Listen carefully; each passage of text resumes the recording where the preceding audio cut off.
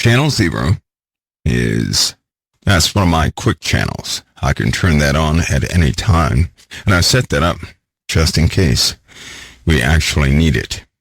There is a notification on the website when it is turned on. There's going to be a change in the website where the website alters colors when it turns on by itself. That way, you guys, you'll be able to see what the nature of the audio is before you ever tune into it. We're also going to do that with our media player. And we need to expand that media player just a bit for video. Some of our test video and some other things. Okay? That's channel 0. Folks, tonight, thank you for being here, by the way. Just want to let you guys know that. Tonight, the topic is the crisis and the calling. Did you guys see that topic on the homepage? I hope you did. I hope I saw it right, too. This week has been running into everything, but tonight is crisis and the calling. I'm going to start with the crisis first. COT was contacted by email, right?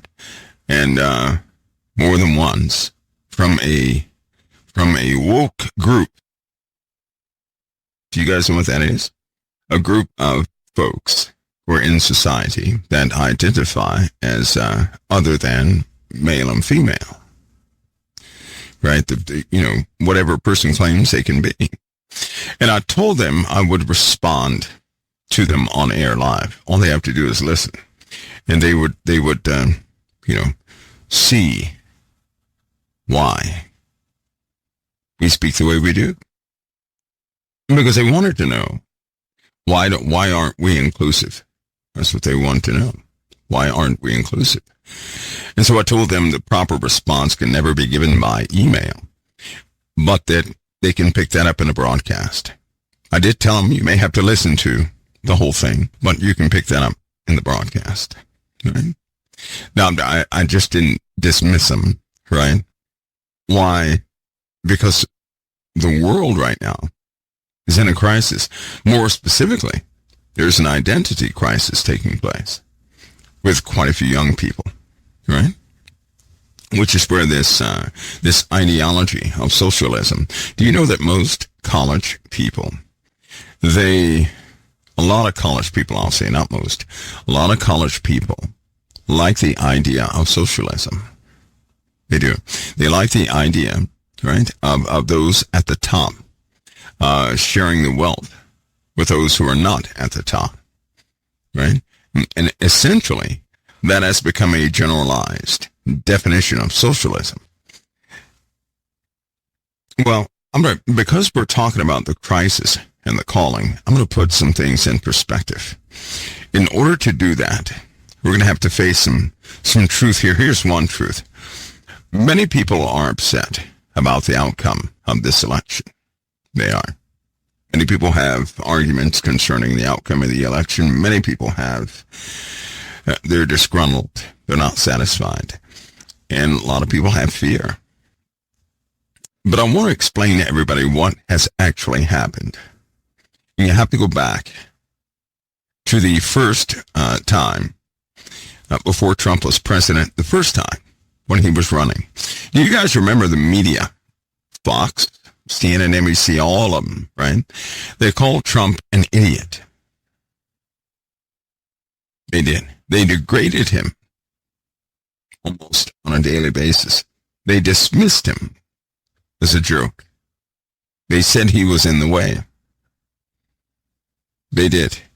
Now, I went back to dig up the archives, and I sat down and gave it some time and watched just to make sure I wasn't having one of those Mandela hiccups. I call it a Mandela hiccup. It's because we have flawed memories. What we remember 4 years ago is not exactly as it always is. We always skip pieces, forget about this little piece and that piece. So we interpret our memories, and that doesn't give us, these absolute memories. And when that happens, people call it the Mandela effect. because of our flawed memories. So I went back to review, and it was harsh. It was bitter. And I looked at the facial expressions of Donald Trump back then. All I can say is, when you see, because we're right now, this guy's run 2 times. He ran 2 times and won 2 times, but he ran before that. When he ran before that, they dismembered this guy with insults and everything else, both Democrats and Republicans. I can only imagine. And because they thought it was not serious. He was a joke, this, that, and the other. But see, here's the truth. He was serious. And he did care about the country.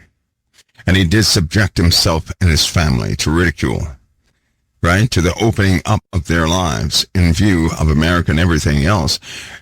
Can you imagine what it felt like if he had this great passion for the country? And we know that now that he did. He had this great passion for the country the first time. And they dismissed him like he was a court jester. They did. They just simply dismissed him. He didn't call anybody names. He didn't do all that stuff. He didn't do that. They did that to him. Now, here's a guy who loves this country, and they simply dismissed him. Can you imagine how you would feel if you loved the Lord and you were telling people how much you loved the Lord and they dismissed you, saying that you don't love the Lord? You're a joke. You're an embarrassment. You're this and that. Imagine how that would make you feel. Just imagine. Then, not only once, but it came back again. And he subjected his family and everybody else to that same sort of ridicule. What you may not understand is the very first time he did this, there were repercussions, big time. He had to deal with a lot. And he never fought back the first time. The second time, right, he ran for president, they did the same thing. Of course, this time he went a bit further, right? He didn't degrade anybody or do any of those things. They did that to him from the onset. They publicly attempted to humiliate him. They did. And it backfired. He connected with the people. He began to gain momentum. And then he dismissed everybody else. And then they in turn said, look how unprofessional he is. But they were the ones that initialized it. You know what? In fact, the people that are in his administration right now that he picked, they were the main people that degraded him, that berated him, that they did everything they could do. Because they did not know how much passion he had for this country. And now this time it rolls around this time. When he got out of the White House, now he still loves this country. That was established. Nobody subjects themselves to that type process, right? Twice, and a third time. So it's almost like they still didn't quite buy it. And so what did they do? They tried to make sure that he would never return to the White House again. But why? Why would anybody ever do that? Because he didn't play their game. He was not intimidated by standard tactics of politics. He wasn't. They were threatened by that. Now, see, the truth is this. I went back to the election and even before that to watch these things and certain comments. And they had people in such high fear of what he was about to do, and nothing they said ever happened. Yes, we did have January 6th. Yes, we did. Right? We did. But he was not the mastermind behind it. That's not what happened. You had 2 specific groups. You had 3 groups that came in there.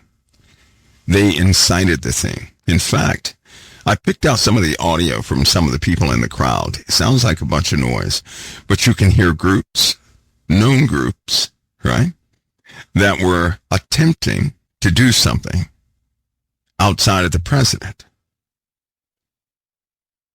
A lot of people, they think Trump did this.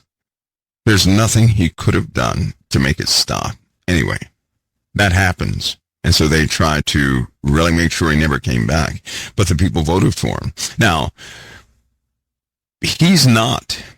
Trump is a citizen, a rich guy, yes, but a citizen who was hurt by the very people who were his heroes. That's one thing you may not have known. Some of the people in Washington were his heroes.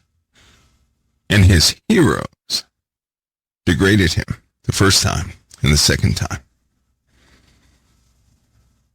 So he was hurt. Imagine if the people you looked up to hurt you the most. It's like being heartbroken from your own family. Men, gentlemen, all males should understand what I'm talking about, because people, right? People, in women too, in relationships, when you're hurt by that other person, and they hurt you purposely, not accidentally, but purposely, okay, that does something very different to your heart. It does. And from that moment on, it's almost, in a lot of cases, there's no peace between the two because there's too much hurt involved. We have that same thing now. A lot of these, what people are calling attacks, right? When he calls people names, this, that, and the others, because he genuinely believes they don't care. They do not care. Now, he's not a pastor. Donald Trump is not some pastor. That's not what he is. He's a person. And people are holding him almost to a pastor's standard. Like he's not supposed to retaliate. Of course he's going to retaliate. Because he has not yet come to full terms spiritually in certain ways with the Lord yet. That's obvious. But he was hurt by the very institution he had so much respect for, right? Hurt by the very country he held in such regard. And he has a vision and a desire to get everything normal again. To be a country, to be a institution with respect. Not some joke in the world, right? Not to what it has become. It's become just a simple lobbying place.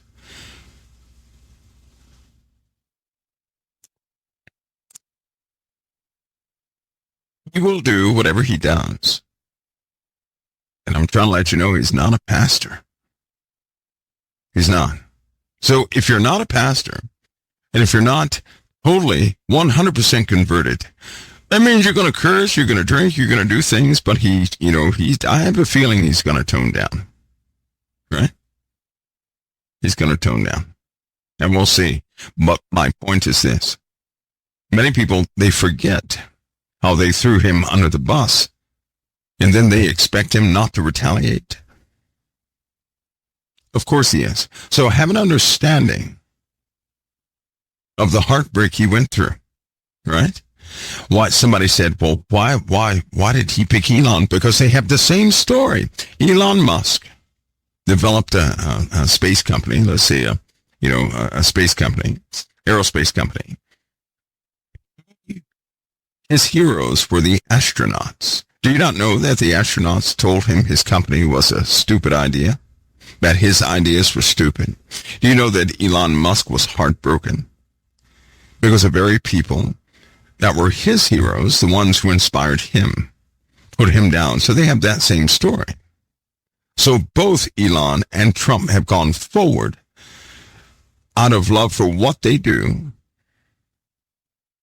And they're not doing it anymore because of their heroes, but because of the country alone. Do you know that? Elon often talks about the country and the people.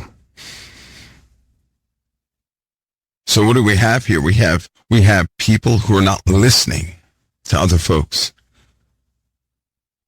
They're not listening to other folks. They're not listening. They don't even care to hear. I can also share that same thing. People didn't know me either. You guys remember that? People didn't know me. I mean, I was way under the bus with just about everybody. I was under the bus when COT first started. And just lie after lie after lie was coming forward, just so many, just lie after lie. People threw me under the bus. They say I have a love for Christ. And they said I did not. Nobody believed it. You guys remember that? Of course, they scrutinized everybody. Who is this guy speaking about Christ? Right? Somebody new comes in, somebody who does not speak the language they speak. They throw you under the bus. Of course, Jimmy cracked corn for me. Right? So I know what that feels like. I know what it is to have a vision, to have a passion, to really regard people, and the same people you regard are the same ones that become your enemy. I know what that is, to get that smack in the face. That's a smack in the face when somebody says, wake up, and then it puts you in this position. If I were not a forgiving person, I wouldn't know who to trust. I wouldn't trust a soul. In fact, normally I don't trust a soul. I don't. But out of my love for Christ, I cannot help but to love humanity. And for the cause of Christ, I go forward, no matter what the repercussions are. No matter how stupid I look, doesn't matter. I can see these guys doing the same thing. But because people are not listening to other folks. And they're just not listening. They're not listening. If they would just listen to the other person. You know, everybody has an ability to put themselves in the other person's shoes. Only pride can stop a person from doing that. Now the Lord has everybody in a position to just wait and see. Just wait and see. So I can relate to these guys in that level and worse. And worse. There was a sort of an institution, you could say, that left me hanging for some years. That's what it seemed like, with no hope and no escape. Imagine that heartbreak. To feel abandoned, and to feel abandoned by humanity itself. So I know what that is. So when it comes to, throwing somebody under the bus or saying they're going to do this and they're going to do that, I'll tell you something. Everybody is going to do whatever they do. But when it comes to forecasting somebody else's movements, man is normally wrong. They're normally wrong. They're speaking out of fear, and fear has grabbed hold of a lot of people. It's gotten hold of them. And it's starting to dictate what they do. Remember, in the Bible it says God did not give us the spirit of fear. And then it says what he did give us, and he mentions a sound mind. So then having or operating by the spirit of fear is not soundness at all. It's not soundness.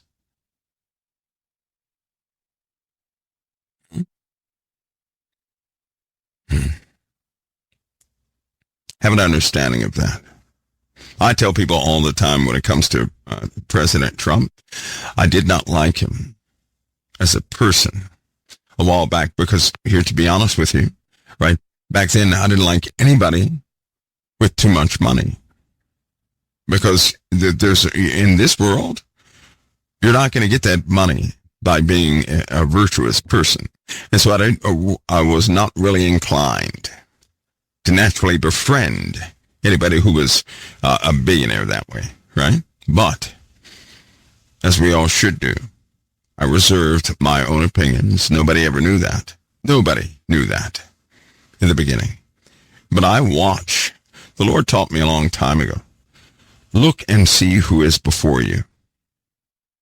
Don't judge, but learn to see the person before you. Don't judge.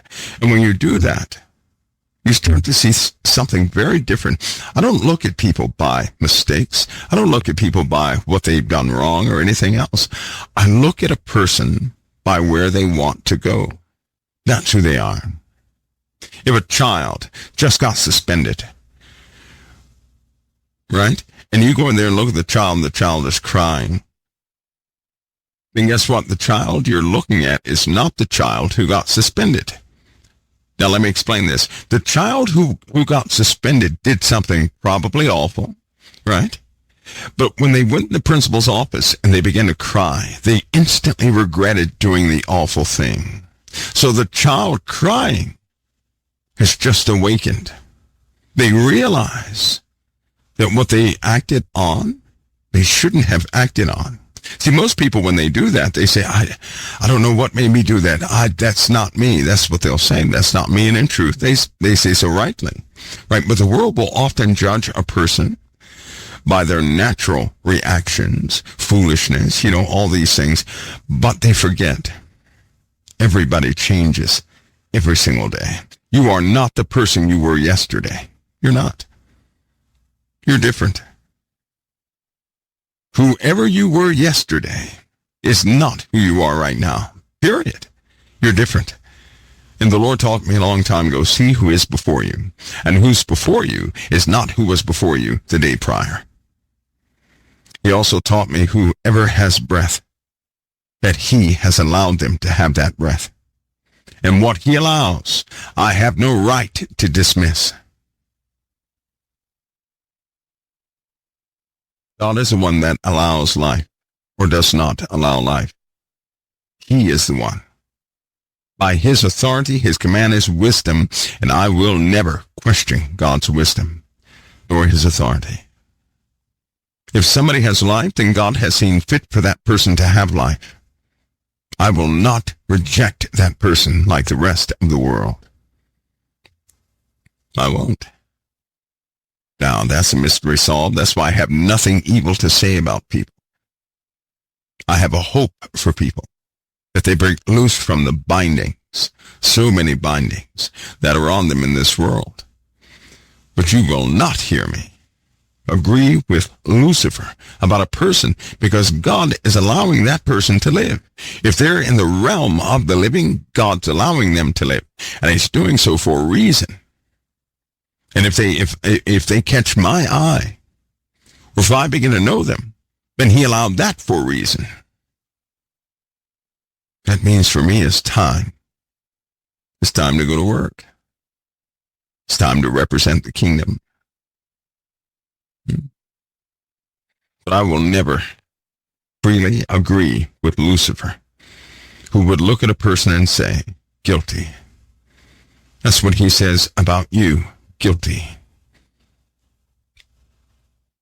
He did that day and night without ceasing until God sent his only begotten Son. Now that the sacrifice, right, has prevailed, he cannot say guilty. Why? Because your pardon is in front of God. Your pardon sits next to the living God. Your pardon is Jesus Christ. He is the Lamb that prevailed. He is your pardon. Without him, Satan would constantly accuse you. But now that the pardon is beside the Most High, beside him, he will accept no accusation against you. Don't you know that? He will accept no accusation against you, me, or anybody else who has life. Do you know that? We got to put this in perspective.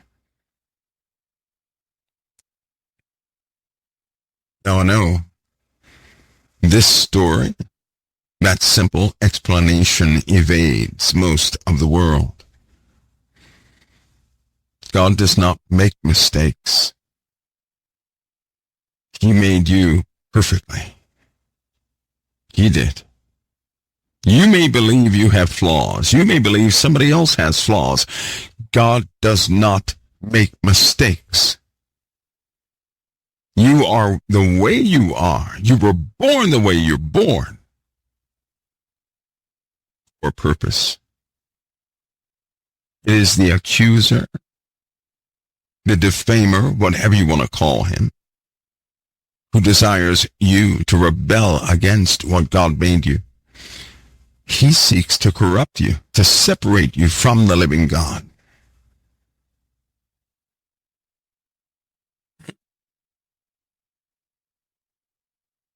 He wants you to reject the fact that you're fearfully and wonderfully made. God doesn't have an assembly line where people come off it. You're designed with very special care. He makes no mistakes. No matter what humanity sees, he makes no mistakes.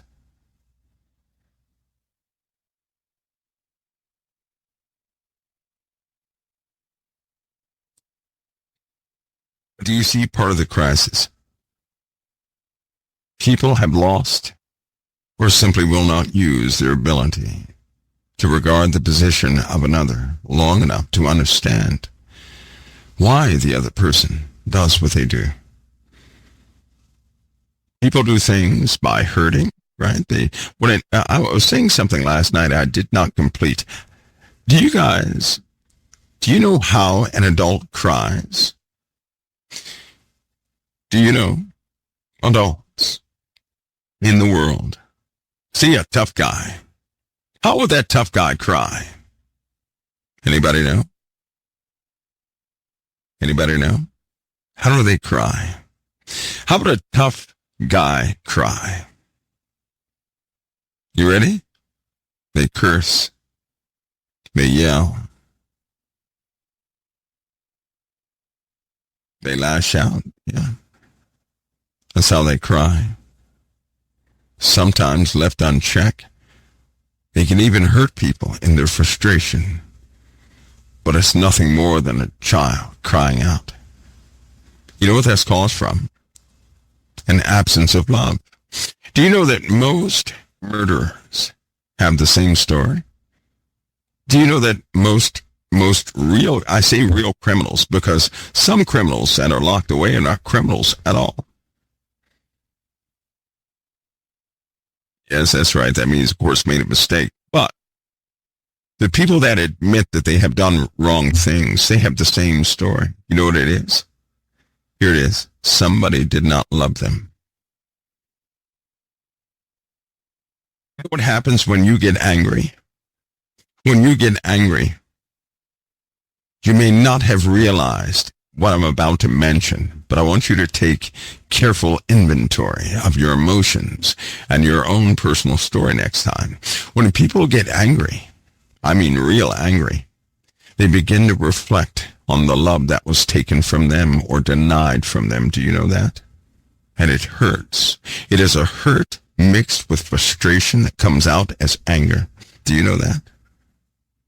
Because someone did not love them. Someone betrayed that love, limited that love, withdrew that love.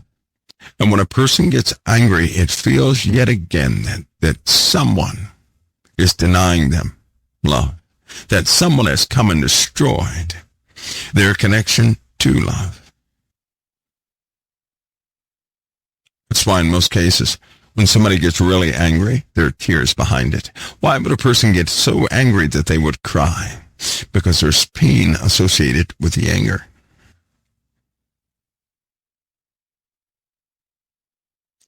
And all of this is left unchecked. This is the luggage we carry around. This is the unhealing factor of our lives. This is what this country has. A lot of people in this country have this, and no one is addressing it.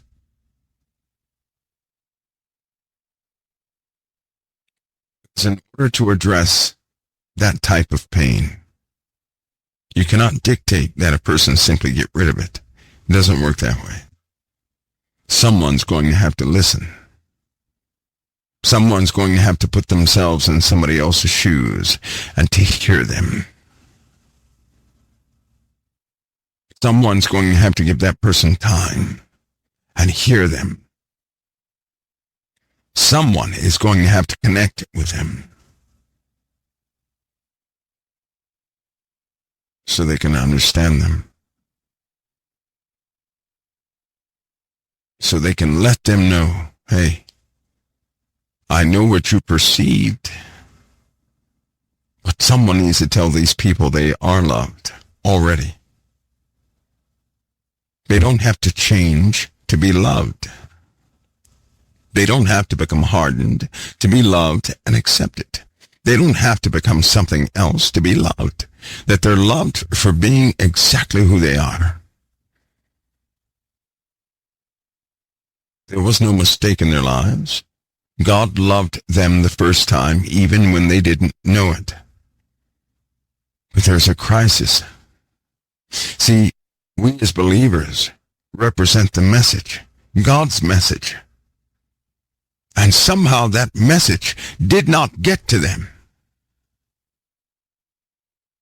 Anybody starting to see?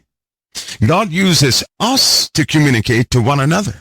He'll speak through one of us as he spoke through the prophets and the apostles. And then we speak to other people, but somehow they didn't get the message. Why is it that the Lord could not get his message of love through to them, through us? That's how he works. That's why we're here. That's why we grow. That's why we were commissioned with the gospel.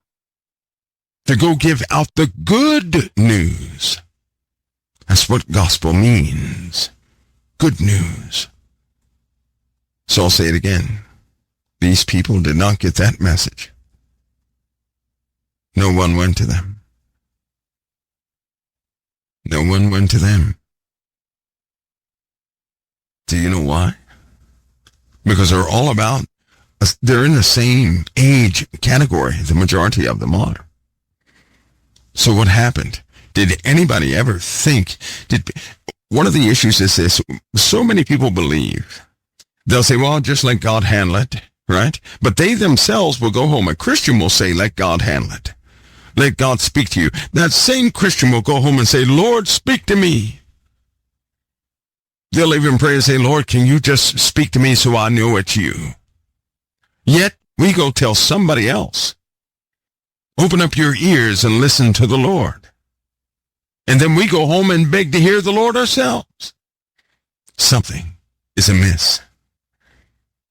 You know, that Great Commission is a critical commission. God put us here for one another also. He also said through Christ, didn't Jesus say, they will know you by how you love one another. Correct? Isn't that correct? He didn't say they'd know you by how you argue with one another, how you compete with one another, but how you love one another. They'll be able to identify those are disciples. So what happened? Why? Why didn't anybody reach these people? Well, I'll tell you why. These people, they did look at the church and they did look at Christians. So what happened? They felt unwanted. That's what happened. They felt unwanted. They didn't meet the standard of going into that church or going into that church, and then nobody reached out to them beyond the boundaries of the church. See, everybody's found inside the church, but nobody's outside the church going to the people. But it came to them. Because during that time, Christians were enjoying the messages so much, all they could think about was going back to church again. To have a good time, to listen to the music, to jump up and down, and the people outside of that environment were starving and wounded and hurting. And then they broke it down into clubs. Well, we want to keep this good environment, so you got to dress this way before you come in here. And then they began to teach each other. Oh yes, put on your best clothing before you come here to do this, and make sure you're dressed this way before you do this, and make sure you have this before. It's kind of like school. It's kind of like school. You know, I interact with the education system from state to state in various ways. The one thing I cannot stand is when the school has a standard and they have a child and they say, well, the parents must go purchase so-and-so. I have an issue with that because all parents cannot afford so-and-so. And the child is going to show up to school because his parents can't afford the so-and-so. And they're going to feel rejected from a very young age. How many of you can relate to that? That you didn't fit in? Huh? You couldn't go on the field trip because you didn't have the $175.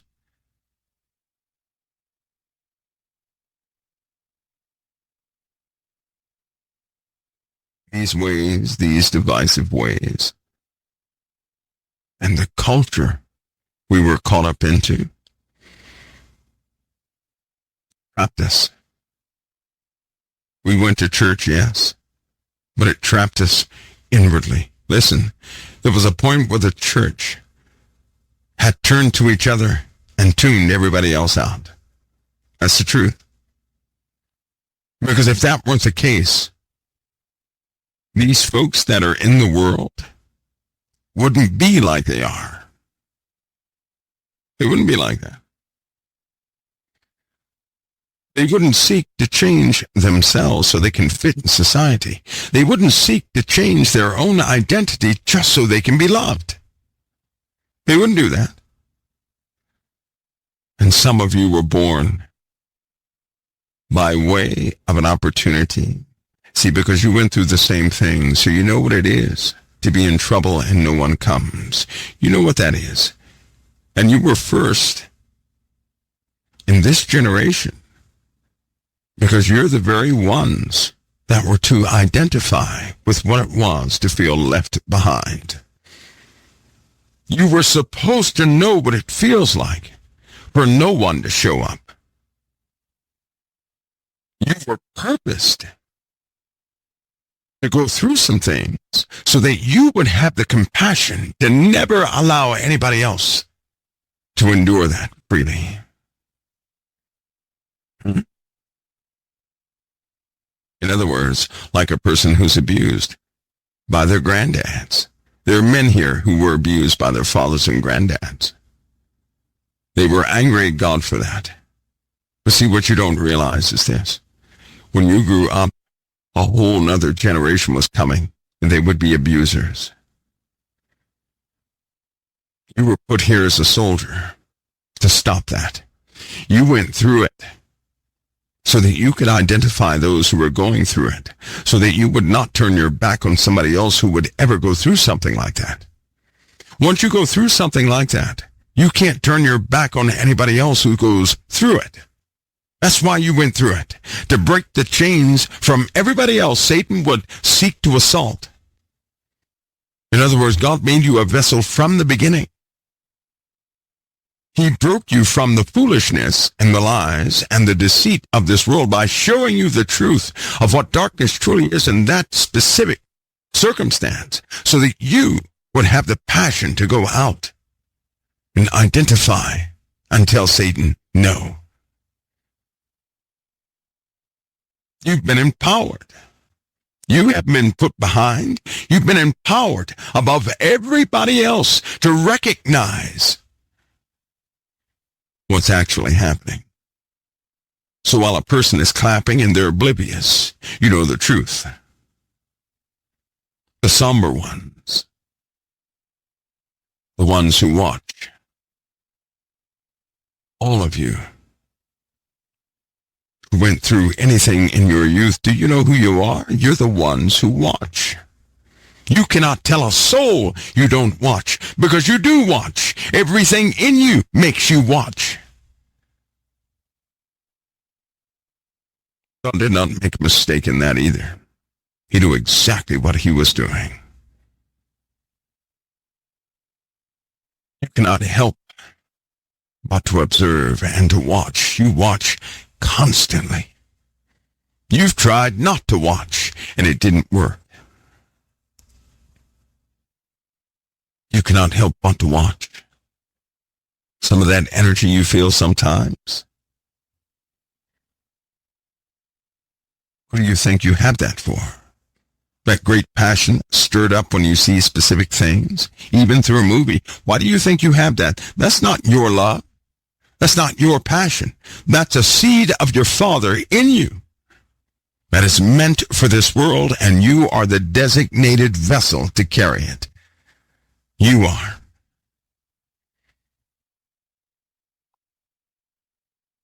You know what angels were called that were assigned to intercede for mankind over the earth? You know what they were called? They were called watchers. How curious. And when the first set fell, God replaced them. Because you see them in Daniel, the watchers, not the bad ones. So that word watcher is not some bad word. It's a designation for those angels who intercede for mankind. They were in the book of Daniel, so God replaced them. That's a job title. That's what they did. And many of you do the exact same thing. You cannot help but to notice. You cannot help but to observe. You pick out details nobody else can even hear nor see. Father didn't make a mistake. No, but we missed. Some of us missed our assignments.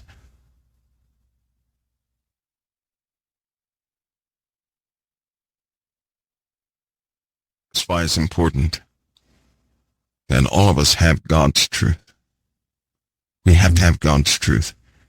We have to be reminded of God's truth. We have to examine, look in, and study God's truth and make sure it's not our truth, but God's truth, so that we're not lacking in any of these areas. So we can make that difference. It's in our hearts to make. It's in your heart to make a difference. It's in there. It drives you. In some cases, when your life is going down the tubes, do you know what brings you back up a little bit? It's your heart to help somebody else out. Even when you're in crisis, you want to make a difference to somebody else. We allowed our own lives to become a distraction from the calling in our lives. We've tried to assign ourselves other callings that had nothing to do with what God equipped us with. We tried to run from what we had within us. Those days are over. The Lord put us here because we are, in fact, extensions of His will. Do you know that? You're in this earth to affect the physical side of things on purpose.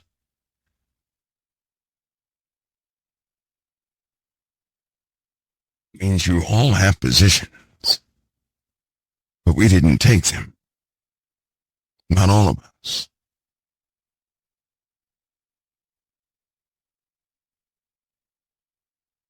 That's what happened to the world. We dropped the ball.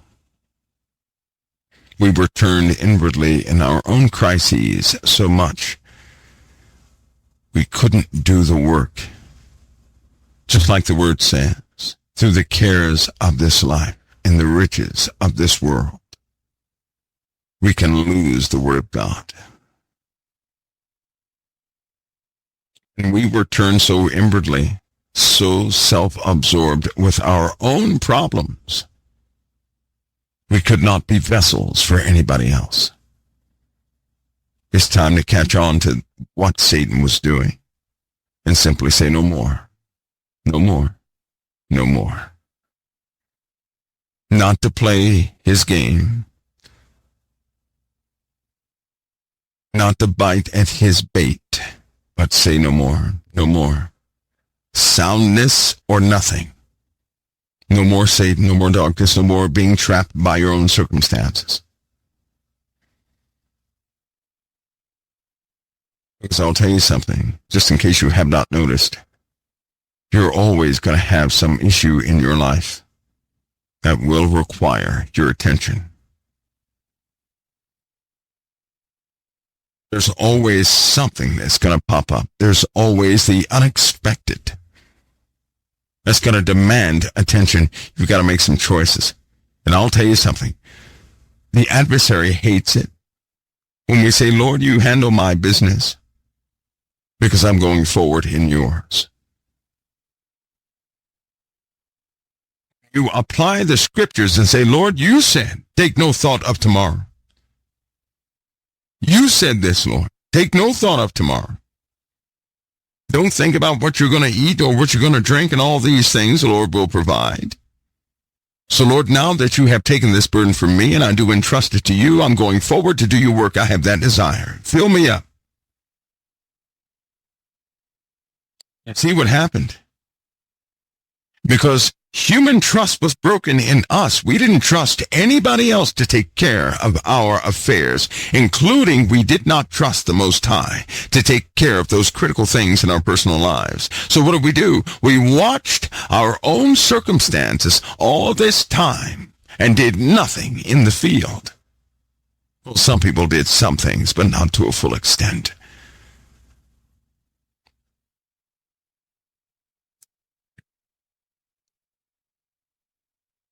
Oh, yes, that means there's a loud calling upon your lives, an undeniable calling. And we knew the choices were coming up. Haven't you felt that in your life? Yes, I said felt. Haven't you felt that in your life? The times where you had to make that decision. I feel like I'm called to go and do this, but I have this problem in my own personal life. And how many have sat back and watched the problem? Doing nothing, you just watched the problem. All of us are guilty of that. We are. But hear me. Yes, we made that mistake. Yes, we dropped the ball. And yes, the world is a product and surely a testament to the church being tied up in riches and things of the church, and we did not fulfill all of what we could have fulfilled. But we can do it now. Nothing is holding us back. You may still have circumstances, but you're armed with what? With more wisdom. You have much more wisdom than you did have. Much more wisdom. Now it's time to trust the Most High. How many times have we run away from the calling of the living God because of our own personal affairs? Think about it. How many times have we operated by fear, frightened of the outcome of a circumstance that even we had no power to change? So I'll give you the formula here. You ready? If you have no power to change what's happening in your life, listen to me, please. If you have no power to change what's happening in your life, you should know by now it's not yours to change. You should know that. Because how many hours have you, how many days, how many months have you watched a problem, but you had no power to do anything about it, but it took all time away from you? Come on now. I know it's a complicated theme, but how many have done that? How many of us? It's okay here in COT. We like truth, even when it hurts. But how many times have we sat and just sat there and watched a problem we had no power to do anything about and watched it for months? And it only took away our time from other things. Then when the problem was over, we said, oh my God, I could have done this and I could have done that and I could have done this. So let me tell you this. God doesn't show up at the beginning. Number one, he didn't show up in the middle. Number two, he shows up at the very last moment. That's when he shows up. He's done that consistently over my life, and I'm sure I'm not the only one. He did that to let me know, Michael, why do you worry about these things when I show up at the last moment every time? And you had no power to change it in the first place. It's like a dad telling you, stop wasting your time on worries. Stop. Because worry has nothing to do with why you're here on this earth. Worry is a thief, do you hear me? It is a spiritual thief. Worry is a thief. And it will rob you. Because how many times have you come out of a trial? How many times have you come out of a trial and then it hit you? I could have. If I would have known this would have been taken care of at the end, I could have had this done and finished this or did this. How many times? How many times?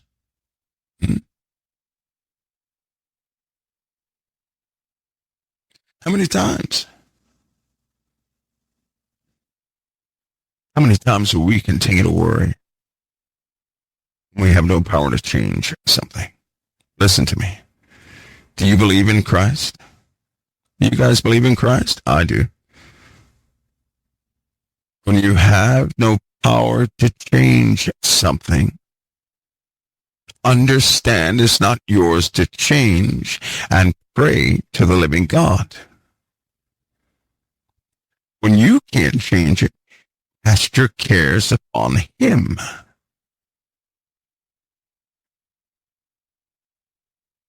Didn't he give us that instruction?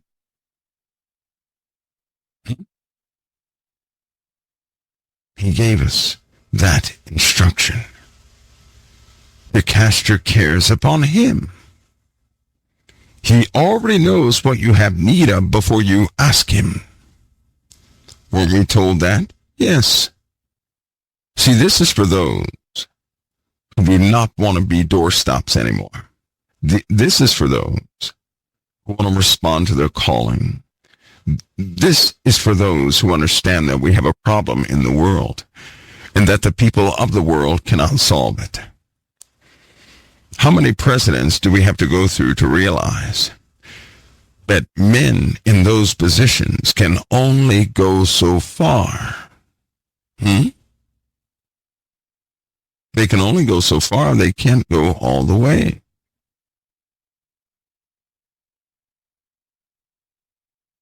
How many times do we have to be told the exact same thing over and over and over and over again? We have a chance to do something about it. We have a chance to do something about it.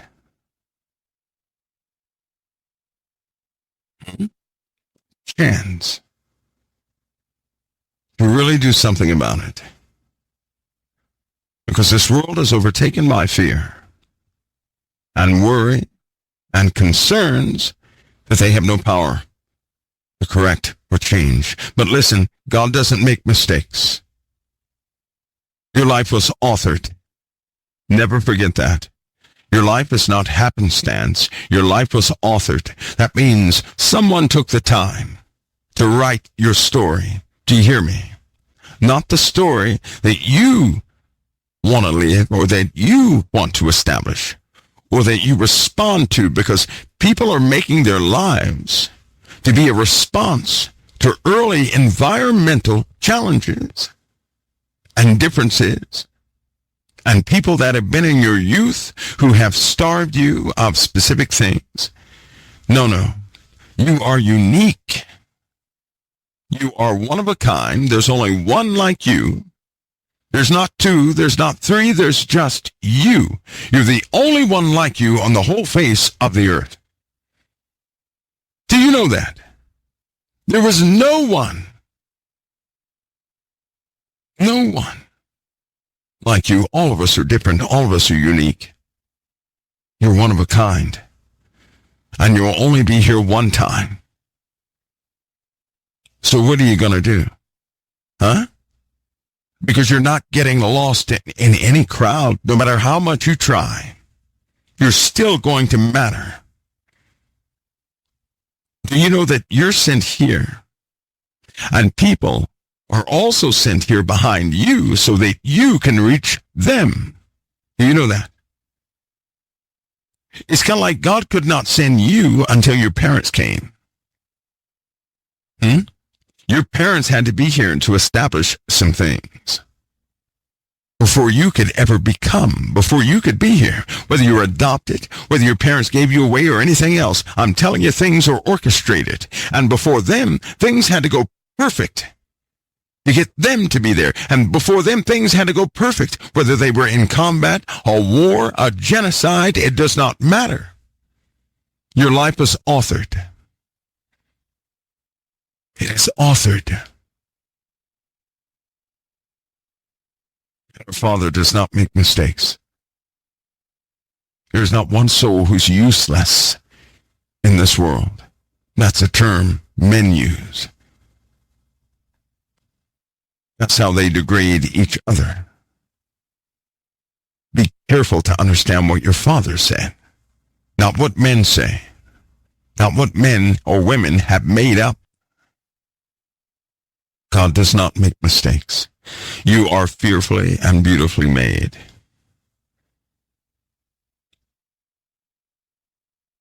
You are of high purpose. No need to get jealous at anybody else. You're just as critical as those you find important.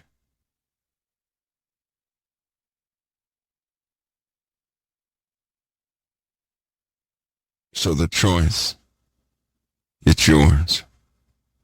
Having wisdom, having a better understanding of some elements that have been happening in the world, knowing about the distractions and the season of overabundance and how we indulged ourselves on that season of overabundance, right? How do we know if something is from the Lord? Because when something is from the Lord, it is without regret. You certainly don't lose it, and it's not burnt up and lost. How about that? And God said, don't build up your treasure here on this earth. That's what he said. Remember he said that? So we know what true blessings from above truly are. If he told us that our heart is where our treasure is, and our treasure is where our heart is, then we know he's giving us things that are eternal. Be careful to classify, right? To categorize what God has given you in the right category. Just because it's a good thing to you right now does not mean it's from the Lord. Do you hear me? That's not what that means. What the Lord gives you, you'll never regret. What we give ourselves or we go out and get ourselves, we often regret it. What God gives comes without regret. It comes without regret. I'll be right back in a few minutes, everybody. Listen, if your sound is buckled up and everything, just if you're on Mixler, give it a restart. Refresh it. Do something. It does that for some reason when a lot of people start pouring in. They must be sharing bandwidth with their users, with their customers. I'm pulling, what am I pulling right now? We're pulling 30 gigabytes of data transfer right now. It's toggling between 30 and 120. 120 gigabytes to 30 gigabytes of data transferring in and out right now. All right, so check your audio. COT is putting out at, we're putting out at 0. I turned it down just a bit about 15 minutes ago. Actually, the mark was at 11.12, so 11 minutes and 12 seconds ago, I turned the volume down just a little bit. Okay, so keep me posted on the sound. How's your sound now, Sister Mayor? It worked on channel 6 too, okay. Is the sound okay, you guys? 505 on Captain Joe. Okay, that's in Mixler. So some of you guys in Mixler, you have good sound. Some people don't. It may be where you are, right? It probably has to do with where you are. So long as we're outputting at a certain range, we're going to go here. What about you, Sister Mayor? Is it still clipping for you? Now, naturally, listen, guys, I don't have the compressor on, right? I've got some other things running. The compressor's not on, so I'll try not to get too loud. Forgive me for that. I get passionate sometimes because it's painful. to see a breakdown and to see people suffer for that breakdown when you know that you could have made a difference. But we go forward. It's painful to know the true circumstances of a place, but those circumstances are all but hidden to most people. It's very painful. Painful to know about certain things. It's painful. It's painful to know something, but it's not your place to do anything about it. So all you can do is carry the word of God in the hopes, and pray for everybody else and pray to the Lord that somebody get to them, that somebody reach them.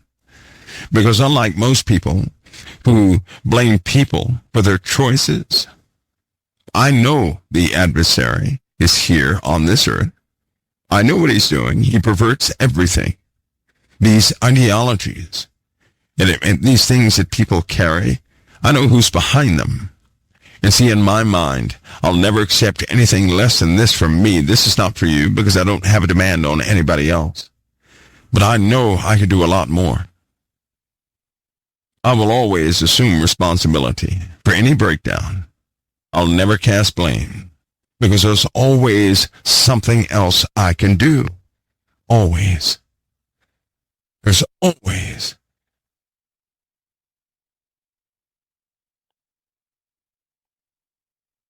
I'll be back in a moment right here at COT. Hopefully the sound is good for everybody. We'll complete the crisis. We have to go into the calling. That's the upside of the conversation. There is no downside to a calling, just so you know that. I'll be right back in just a few minutes, right here at COT. COT's base of operations is right here at thecouncilofTime.com. COT has no other outlet or venue. These are other folks who will rebroadcast. Anything COT does is by the main page here at thecouncilofTime.com. All right, for the calling side, can I tell you guys something? How many people in this world have called themselves? I'll make something clear. And by the way, listen, I'm just not talking tonight because we have a lot of scripture to go through for the days and weeks ahead. A calling is something you are made for. A calling, here's one thing I don't believe a calling is. I don't believe a calling is something where you develop in the world and all of a sudden, God gives you a calling based on how you developed. No. I believe you're sent here very specifically, and that your character, and that everything about you is made for you, even your voice, the way you look, the way you have come to look to this very point is part of your calling. All of it is crucial for your calling. All of it is. But I've also noticed something. See, God gives us a calling. I noticed that with the apostle. I noticed that with the prophets, right? I noticed all throughout the Bible how God assigned them a task. But I've also noticed throughout the cultivation of religion, men have assigned men a calling. And it's part of that spirit to be dominant, to be in control, spawned by jealousy, inadequacies. Men are emboldened when they can make another man attempting to take God's position. So I'll take you all the way back to your youth. In your youth, you had specific passions that you operate by right now. See, because in your youth, you believed certain things and you could not explain. There was no explanation as to why you believed them, why you felt so strongly about them. But you did. They've been consistent to this very day. It is the world that attempted to change that of you, calling you naive, over-trusting, this, that, and the other. Why is it that the very things they said you were naive about back then, you have to this very day for the Lord. Think about it. So you were built, you were made, you were born with characteristics, a certain specific type of spirit that has persisted to this very day. No man developed that. It was already within you. There are certain things in servitude to others that feed you just like food does. You know that? It fulfills your life. When you get away from that, your life is empty, and you find yourself in pursuit of something that is fulfilling. God gave you something to fulfill your life. And the world trying to talk you out of it. They tried to make you do something else, and not only do something else, but something that would void, that would cause you never to go back to your calling again. Haven't you noticed? Did you ever look at your life to find out what you were, what the world was involving you with, and how it worked against what was naturally in you? You know, a lot of people say, Mike, when I listen to you, I trust your voice. Now, some people say that. The other people say, I can't stand that guy when he talks, and these are, well, they have a certain character. They do. But I can tell people why they trust my voice. I can tell them what they hear in it. I tell people all the time, if you've been abused, if you've been shoved to the side or cast aside when you were young, when you have had a severe lack of love, you're going to be attracted to my voice. The Lord made it that way. He put passion in my voice, a type of trust. And it draws very specific people. And it just so happens the people it draws are people who have a seed of love in their hearts. Love that you can't explain. You can explain it. You cannot explain the love you have in you. I did explain this to one person in COT. I'm going to explain it to you all. That passion that you have in your heart, that has all too often made you do some pretty over-the-top things from time to time. It's not your love. It's your Father's love. That's His love within you. It's not yours to expend upon other people for dates and for stuff like that. That's not what that's for. No. No. It's God's love within you. Why do you think? You didn't tell a soul, but you will sit in controversies. Because a person, you'll say, well, indeed, this person is just, what are they? They're cruel, they're mouthy, this, and, but I just can't turn away from that specific person. You know, I got to help that person. You get that mentality, you don't know where that comes from. You don't know. That's your Father's love within you. That is a part of Him within you. That is part of your natural calling. You also have a belief in Christ.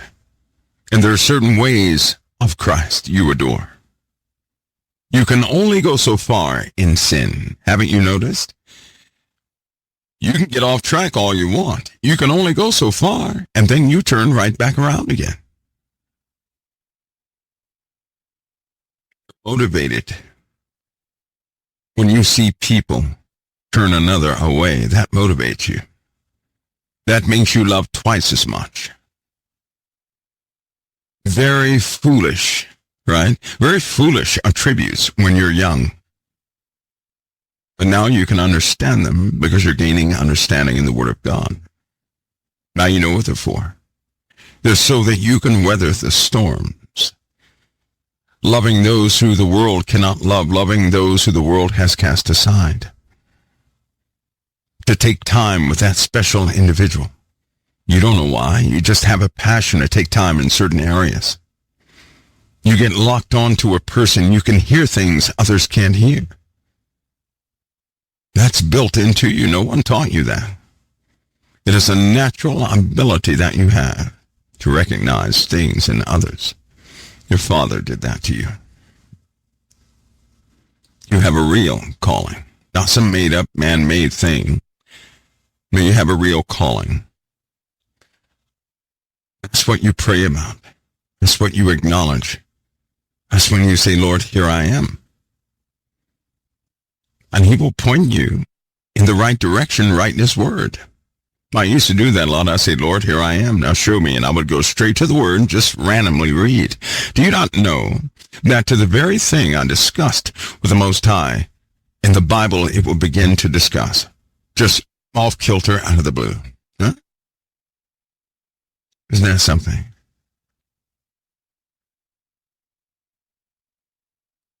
Somebody also said, they said, why do crazy people always end up around me?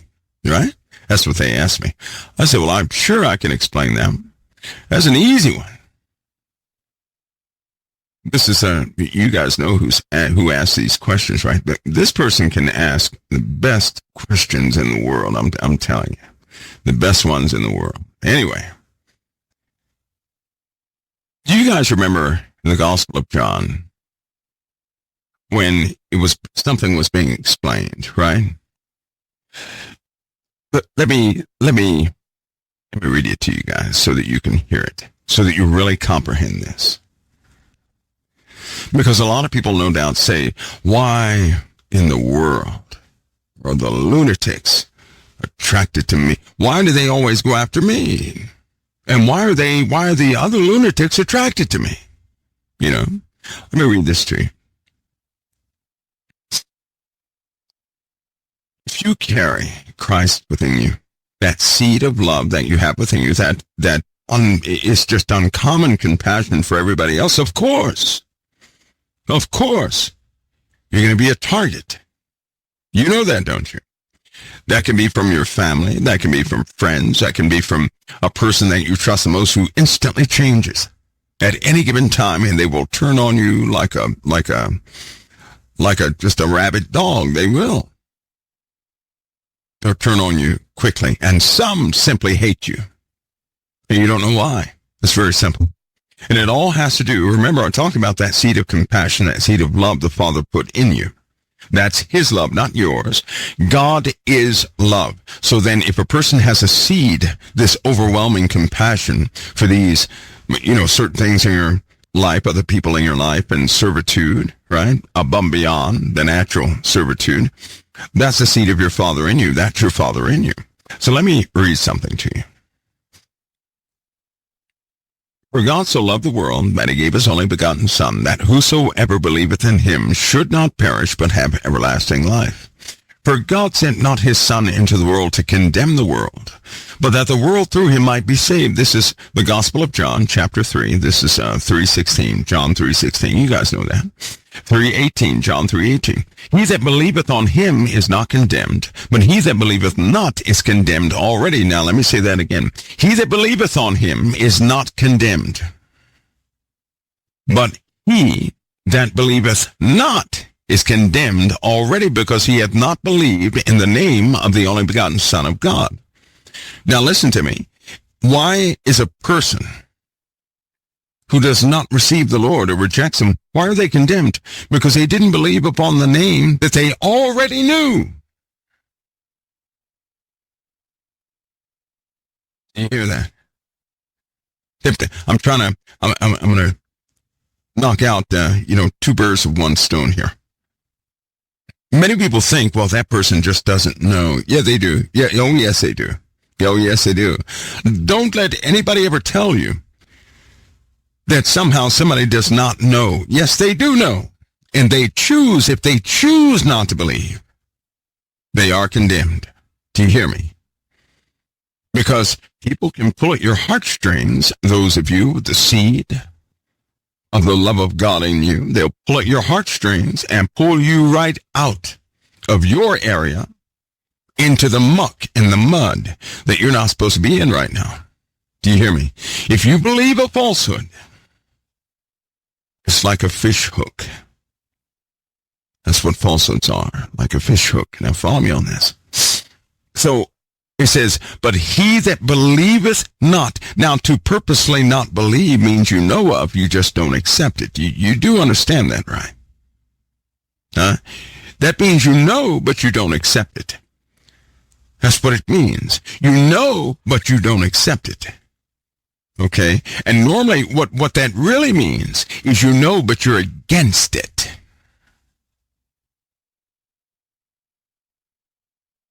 Every single person I've ever talked to that was an atheist, they already knew. But they refused it. They did not want it. They already knew. They knew intimate details that they didn't even read. I was talking to this one atheist, and I asked them, well, what did you read? What did you not read? Have you read this? They said, no. So I began to ask questions out of the part that they didn't read. Do you not know they had knowledge of it, and they didn't even know it? It shocked them. When the conversation was over, it shocked them that they knew Scripture. I said, because God put the truth in everybody, so that if somebody is condemned, they're going to be condemned by a just judge. See, every judge knows you have to understand your charges before you're charged. Oh, they understand. They don't want it. They just did not want it. It is naturally in them.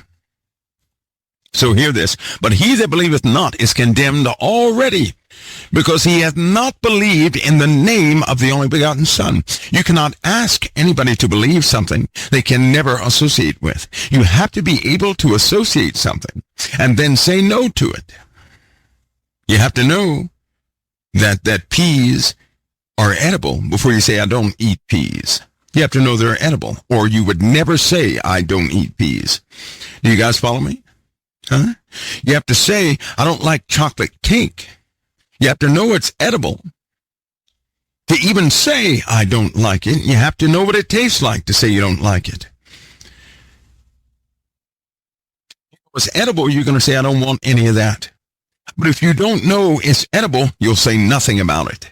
Now do you understand? If you don't even know chocolate cake is edible, you'll never mention it. You won't refuse it because you wouldn't think that anybody would offer you something not edible to eat. It'd be like somebody coming up to you and say, hey, you want to eat this plastic water bottle? Or you see a plate on the table. You're not going to tell somebody that comes by and says, I don't want to eat that plate. Can you take that? That's not what you're going to say. You're not going to say anything because the plate is not edible.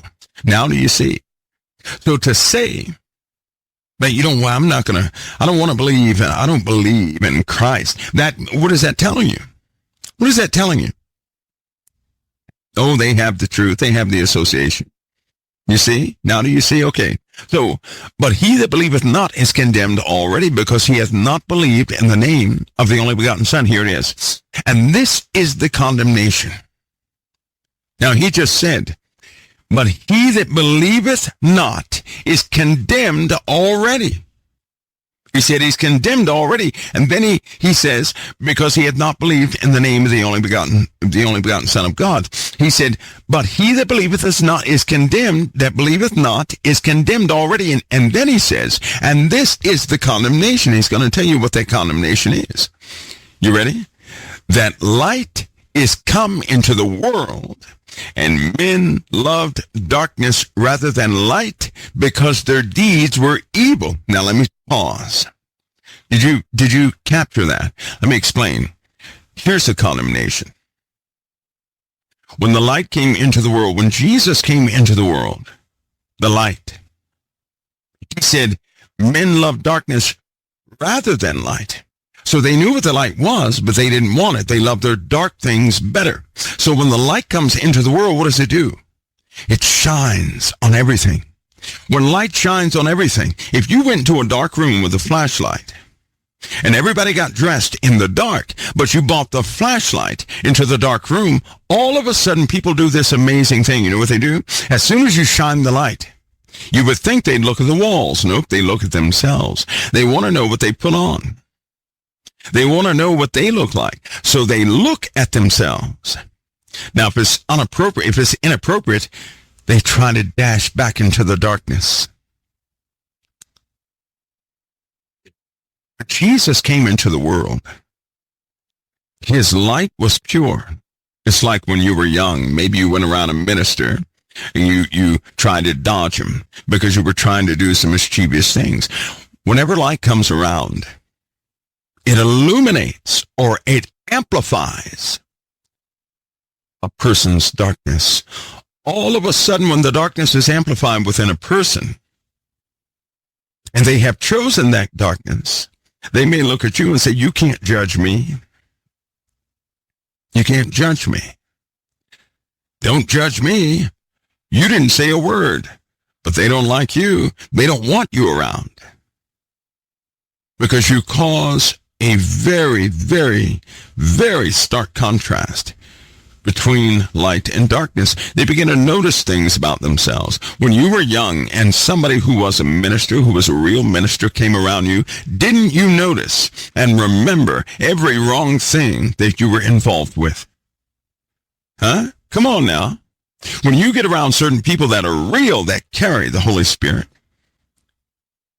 and you're on the wrong side of the fence, you don't want to be anywhere near them. Why? Because they expose the darkness in you. It's almost like you run away because they're gonna see the darkness on you, and you already know it.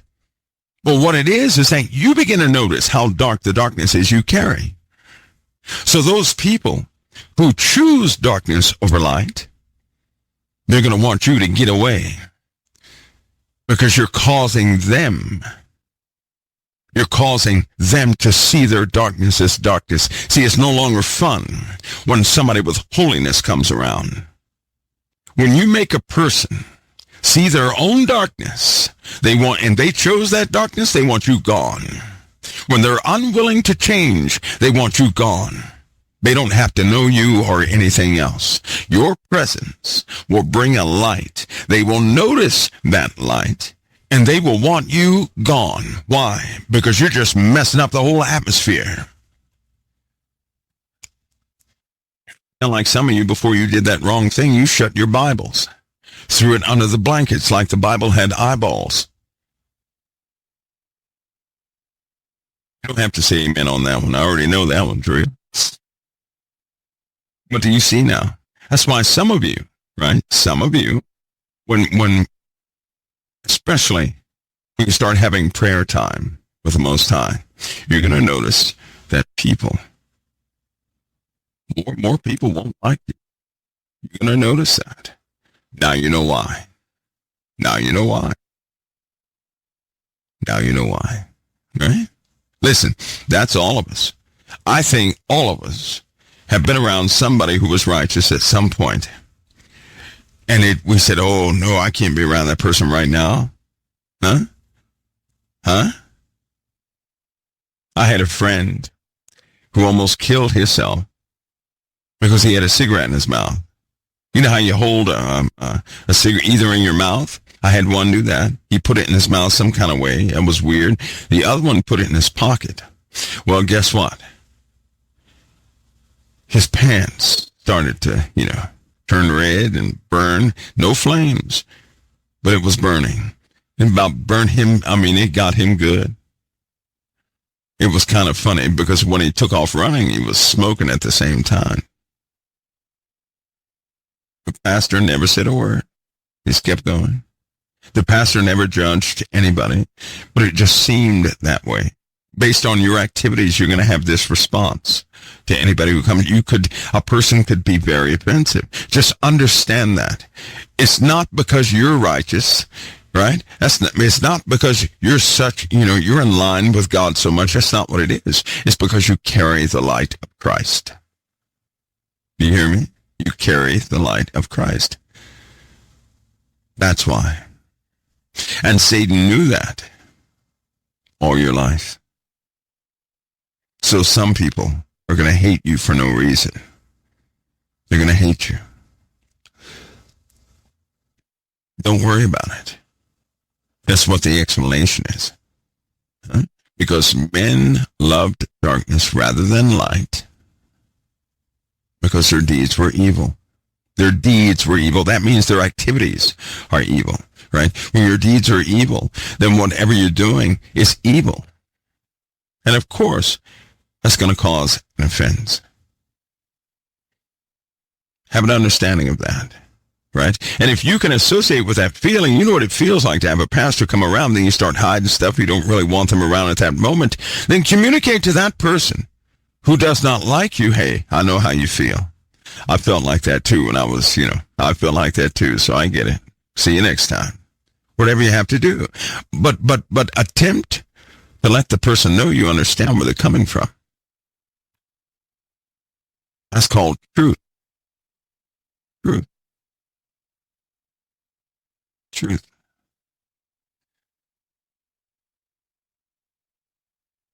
All right. Now you're calling, right? Somebody lost sound. Anybody lost sound? Hopefully you guys still have sound. Somebody lost sound. Mixer is lagging. Did anybody in COT? Oh, sound is good, Angela. Hey, Angela, I see it. Is that your icon in there? What is that? What is that? What kind? Well, you don't want to know what that icon looks like to me. It looks like what is that? Anyway. Have sound or the sound. Was that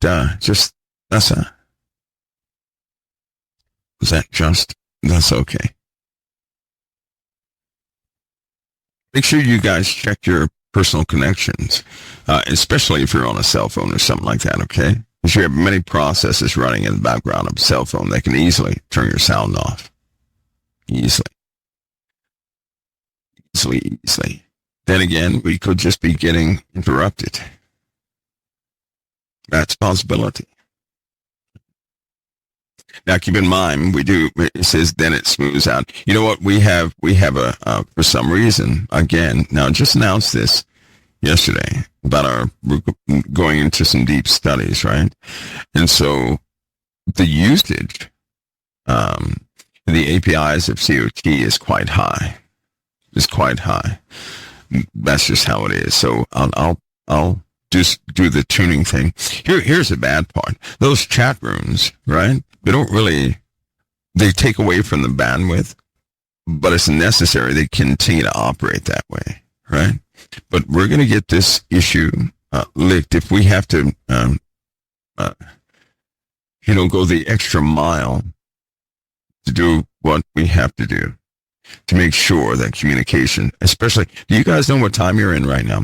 It's important that communications stay functional. You're in a very difficult and treacherous time right now. So let me give you a hint of that. Because in your calling, you're meant to operate during this time. If you're here and you're breathing, you were sent here to operate during this time too. You don't have to fear it. You've been designed for this time. Okay? God works by necessity. So here's what that means. If opposition rises, so will the Spirit rise within you to counter the opposition. Always remember that. God will always have you meet the balances that he sets in the world, okay? Please remember that.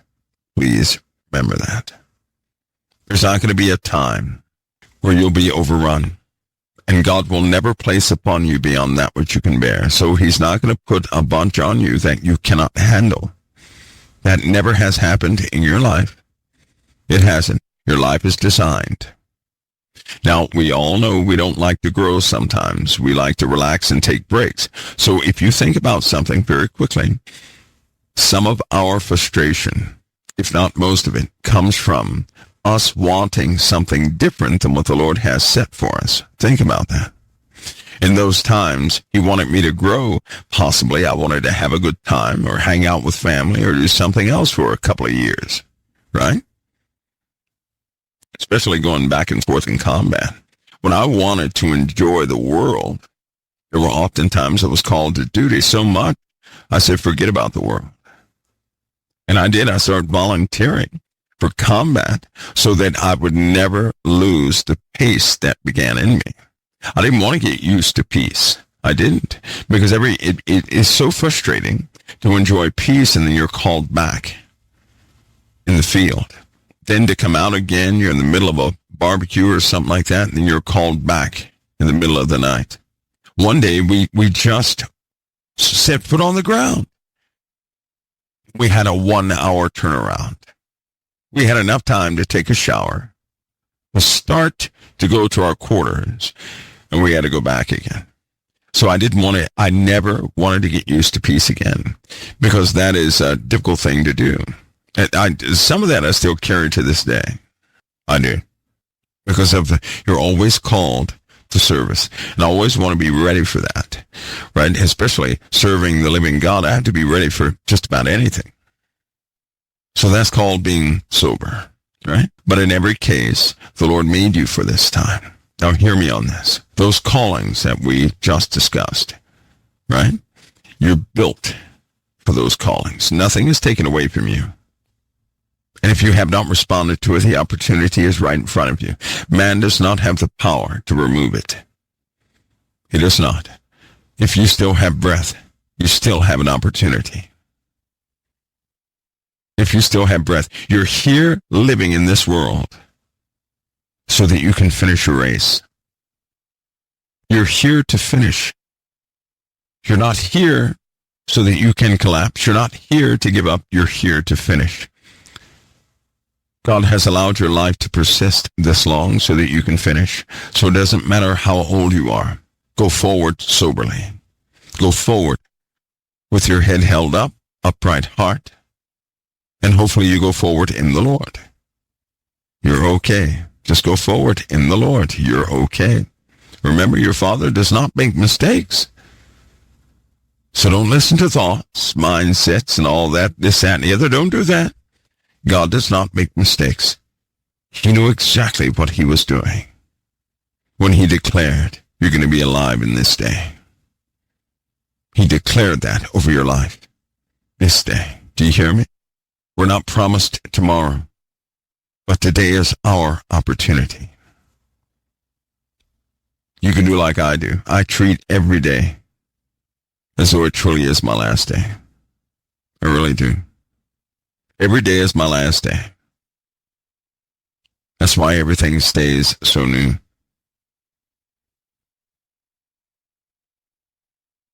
Anyway, this time that we live in, when countries are in crises, they really are in crises.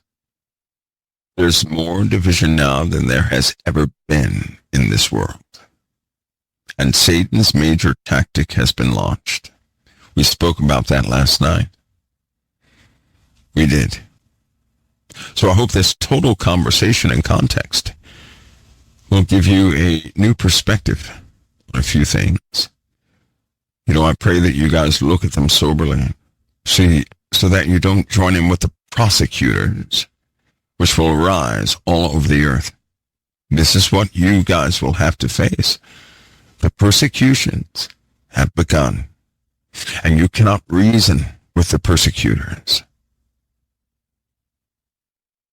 But you can represent the kingdom and walk in power and authority.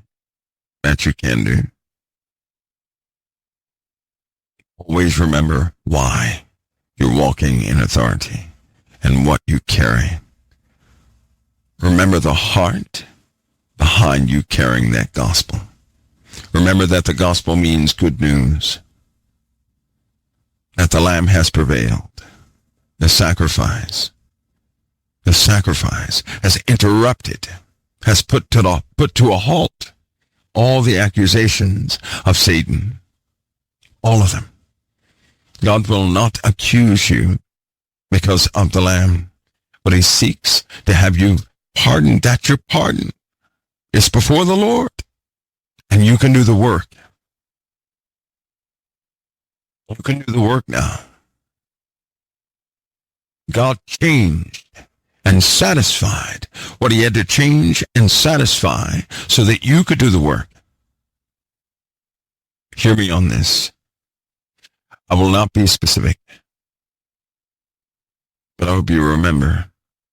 Kind of like I hope that some of you remember that dream I had with the water. Remember that? How everybody stayed overnight with the water and the next day everything was damaged. That dream I told you guys about. Since that, somebody wrote me an email and said, Mike, ever since you had that dream, there's been that same issue has been happening in multiple countries. So hear me on this. Write it down if you have to. Because you'll see the guy the country chose standing with another guy in black with a red tie. You'll see it. The one in black with a red tie, he means no good in this country at all. And it will come with consequences. That'll mark the time.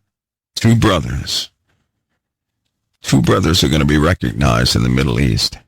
Two brothers out of the blue will be recognized in the Middle East. So begins the cascade. But a different type of tumbling you're not familiar with. That will be the moment that they will work tirelessly in the background to take down a nation. Do you hear me?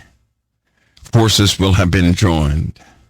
Conversations and plans will have been drawn.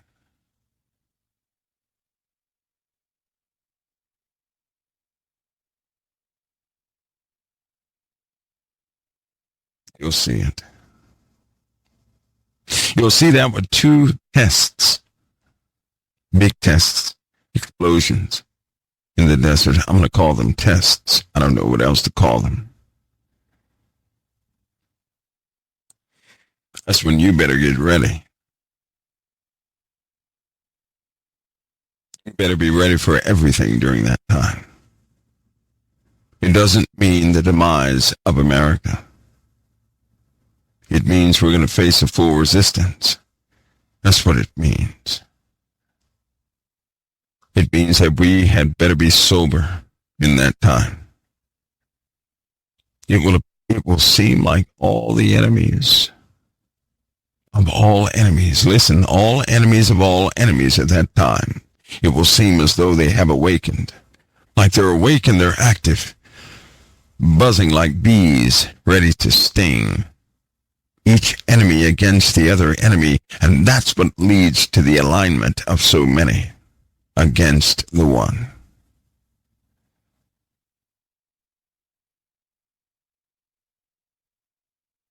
Do you remember that?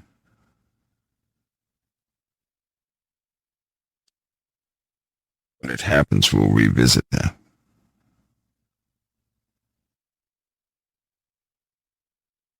But you're right in the middle. And we'll be right in the middle of a showdown. A very different set of circumstances that carry unconscionable consequences.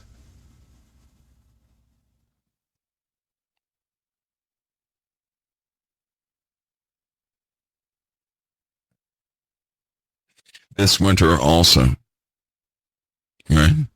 Probably winter, maybe you'll hear of people who are trapped in a building.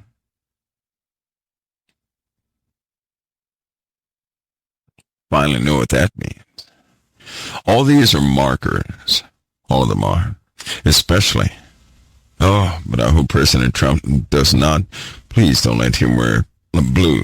If you see President Trump in blue, my goodness, don't let him wear blue. Not that, that reflective, I call it Middle Eastern blue. It's like a Middle Eastern blue color. Have you ever guys seen that type blue color? I hope nothing he has is that color from the Middle East. It truly is a Middle Eastern blue color, right? I hope he never, ever wears that color, ever. Because it seems like everything kicks off once he's seen like that. That's what it seems like. And I know you guys remember the one dream about the people who gathered one morning in Iowa, of all places. I saw a long time ago, I had a dream one time. People were gathering around the televisions, and it had to be about 6:45, 7 in the morning. And people were in this McDonald's. Nobody was ordering anything. They were watching television. This flat screen that was on the wall. The look on their faces. the disbelief in their eyes. And I heard somebody say, they really did it. I can't believe they did it. Something happened. And then as as you drew back, that's all anybody was. It captivated. Everybody in the world was looking at their televisions. It was snow in Iowa at that time. And they were looking at that screen. I mean, they were locked to it in disbelief and horror. So I don't know what happened, but something happened that they saw in the news, and they couldn't believe that somebody actually did it. Right now, there's only one, because I can't shake a certain thing that's on me right now. I already told you guys about it for 2 weeks. For 2 weeks, I can't shake it. It has caused it's even caused a type of sorrow in me.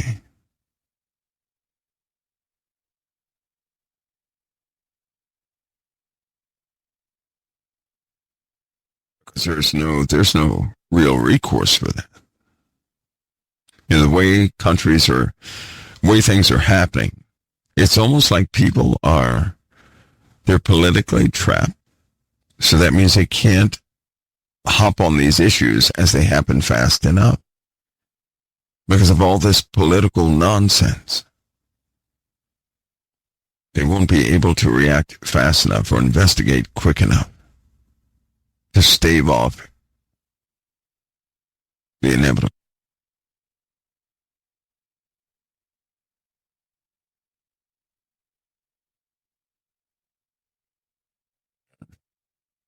Anyway, folks, listen, I can't hold you. I hope you guys keep that. Just keep that with you. I'm fairly confident this whole conversation is going to open up fairly quickly. I'm confident. As it opens up, as you see, we'll cover greater details. As you see. Because I'll tell you now, if I'm getting old and senile, then so be it. I'll feel better about it. But to date, especially when it comes to dreams, nothing has failed. Nothing has failed.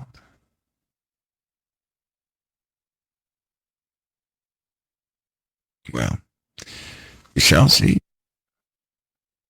We shall see. Folks, listen, God bless you all. I'm going to see you guys next time right here at COT. And now listen tomorrow as we employ some things on our website that could delay me just a little bit tomorrow. Okay, so keep that in mind. And if I am delayed, I'll likely come on at midnight. Just keep that in mind. So if you don't hear from me tomorrow at 7 p.m., I'll be on at midnight. Now, tomorrow is Wednesday, right? And as tomorrow is Wednesday, yes? Yes. So tomorrow, if you don't hear from me at 7 p.m., I'll be on at midnight. That means I'm in the site, and we're compiling and trying to get some things uploaded. Right? We have a schedule to keep. We do. We have a schedule to keep. Okay? Folks, God bless each and every one of you. Listen, look out for each other and encourage each other in the gospel. Do me a favor. Do me a favor. If you guys truly care, then lift each other up in the Gospels and try not to let any falsehoods, any other doctrine, none of that into your conversation about the gospel. Let's help each other stay responsible behind the gospel of Jesus Christ, because I'll say something. If we don't take a stand for God's truth, then we're going to see the world operating by everybody's truth. And that's nothing but sheer chaos. That's chaos. When everybody operates by their own truth. You know how in the world they say a person has to live their own truth? No, we have a truth. We just have to learn not to reject the first truth. I believe in the Bible as it is given to us. I can relate to that. I cannot relate to any other doctrine. But this doctrine in the Bible is in me. I can't deny it. I'm not the expert in it. But I can identify and relate to it. It's what I accept. It's what I believe. That's sound doctrine to me. And I hope that we can encourage that with everybody else and not the rumor stuff. Not the hearsays.